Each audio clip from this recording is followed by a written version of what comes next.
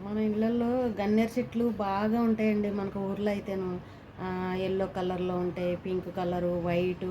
ఆ పువ్వులు ఎక్కువగా మనం దేవుడికి వాడుతూ ఉంటాం. దేవుడికి పెడుతూ ఉంటాం కదా! ఎక్కువ గుత్తులు గుత్తుల కింద పూస్తూ ఉంటాయి. ప్రతి ఒక్క చెట్లు దొడ్లోనూ అందరి దగ్గర ఈ చెట్లయితే ఉన్నాయి. మేము చిన్నప్పటి నుండి కూడా చూసాం.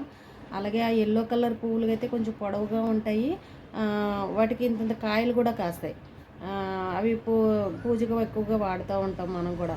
వాటికి ఆకులు ఇలాగ తుంపితే పాలు కూడా పాలులాగా వస్తాయి. మనకు జిల్లేడు చెట్టుకి ఎట్లా అయితే పాలు వస్తాయి, అలా లైట్‌గా పాలు కూడా వస్తాయి. చిన్నప్పుడు ఎక్కువగా మన పెద్దవాళ్ళు అంటూ ఉండేవారు, "అరే! ఆ పిల్ల గన్నేరు పప్పు తిని చచ్చిపోయిందిరా. అక్కడ గన్నేరుకాయలు పప్పు కొట్టుకొని చనిపోయిందిరా" అని ఇట్లా చెప్తా ఉండేవారు. అదే అదేంటనేది మనం ఎప్పుడు కళ్ళతో అయితే చూడలేదు కానీ గన్నేరు పప్పు తిని చచ్చిపోయారు, గన్నేరు పప్పు తినకూడదు అని పెద్దవాళ్ళు అప్పుడు అంటూ ఉండేవారు. అయితే ఇప్పుడు ఆ చెట్టు గురించే ఇప్పుడు ఈ టాపిక్ అయితే వచ్చిందండి. దాని మీద ఒక సంఘటన జరిగింది కేరళలోను. అందుకని ఇప్పుడు ఈ వీడియో చేయాల్సొచ్చింది. కేరళలో ఒక అమ్మాయి ఇలాగే వాళ్ళ పెరట్లో ఇలాగే ఈ పువ్వుల చెట్టు, ఈ గన్నేరు పువ్వుల చెట్టు, పింక్ కలర్ చెట్టు అయితే వాళ్ళు దొడ్లో పెంచుకుంటున్నారట.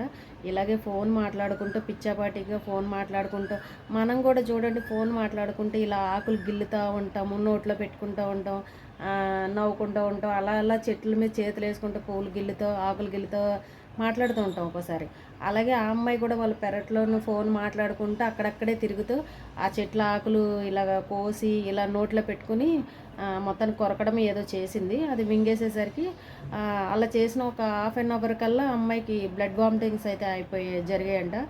ఏంటి ఇలా సడన్గా ఇలా జరిగి హార్ట్ అటాక్ లాగా అయితే అమ్మాయికి వచ్చింది, వామిటింగ్స్ అయిపోయి. అప్పుడు హాస్పిటల్లో చూపెడితే అమ్మాయి మీద టెస్టులన్నీ చేసేసరికి ఈ గన్నేరు చెట్టు ఈ పాలు ఇవి ఏవైతే ఉన్నాయో అవి నోట్లోకి వెళ్ళడం వల్ల ఆ అమ్మాయి హార్ట్కి ఎఫెక్ట్ అయ్యి ఆ బ్లడ్ వామిటింగ్స్ అయిపోయాయి అని చెప్పేసి మనకి టెస్టుల్లో అయితే తెలిసింది. కాబట్టి ఆ చెట్టుని కేరళలో అయితే ఆ దేవాలయాల్లో కూడా 2500 దేవాలయాల్లోనూ ఆ చెట్టు పూలు అయితే ఎవ్వరూ కూడా వాడకూడదని నిషేధం పెట్టేశారు.